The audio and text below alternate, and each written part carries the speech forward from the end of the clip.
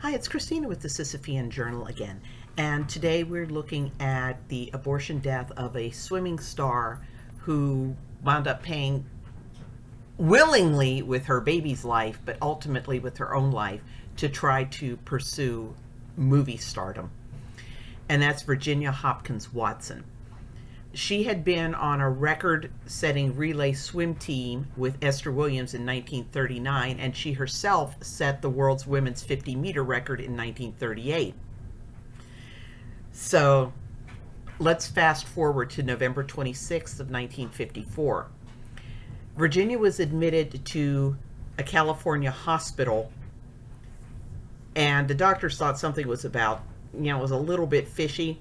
They provided care until around 8 o'clock the evening of November 29th, when they transferred her to a different hospital because her kidneys had shut down and she required an artificial kidney machine that particular hospital didn't have.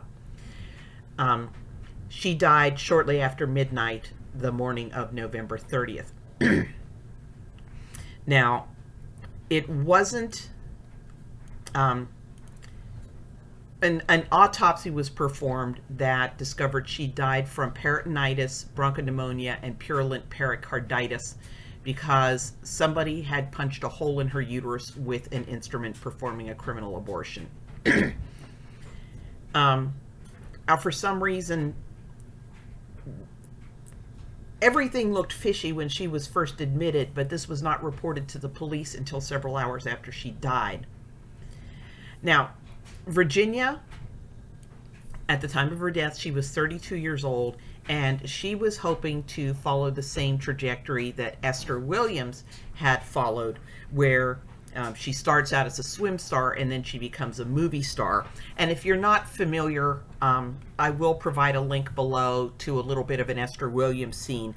If you've seen the cartoon Beauty and the Beast, there's kind of a reference to that in the Be My Guest sequence. So Virginia was hoping that she could not just be a swim star, but a movie star. So she was offered a small role in the movie Jungle Jim with Tarzan star Johnny Weissmuller.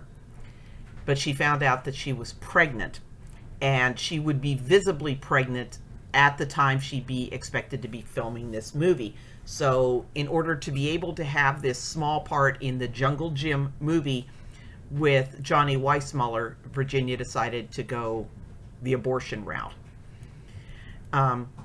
She had arranged for a lay abortionist named Roger Fred Brennan to come to her house and do the abortion there.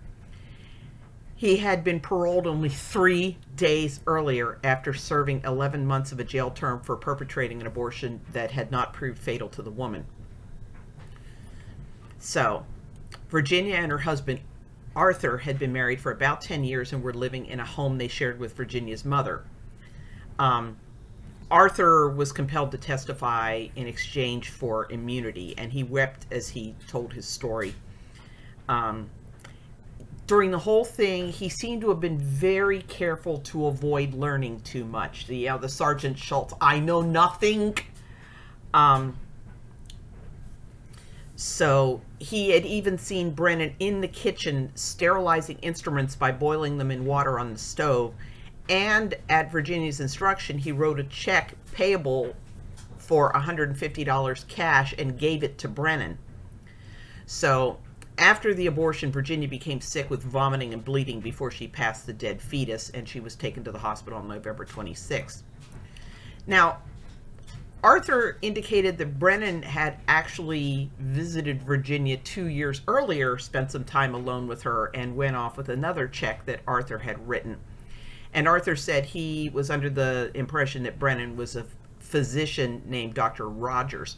So this seems like Virginia had availed herself of this fellow's services in the past, and probably because of that thought he was perfectly safe. The police questioned Brennan, and he hedged on whether or not he actually knew Virginia, and he attributed any possible acquaintance to the fact that he and his father had been members of a club where Virginia had been a swimming teacher. An officer asked Brennan if he had used a catheter and a solution of tincture of green soap to induce the abortion. Brennan reportedly responded, "I never used a catheter before. I always used a small glass syringe." Brennan waived a jury trial and decided to just have his case heard before a judge. He was convicted of second-degree murder in Virginia's death and was sentenced to 5 years to life, along with a 1 to 5 year sentence for a probation violation. On appeal, Brennan asserted that the testimony of Virginia's husband actually needed corroborating evidence, since Arthur was an accomplice and not merely a witness. After all, he had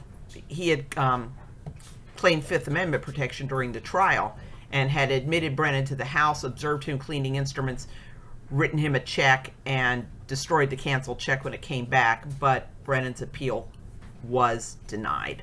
So evidently there was sufficient other information, and evidently Brennan said a few things that he buried himself with.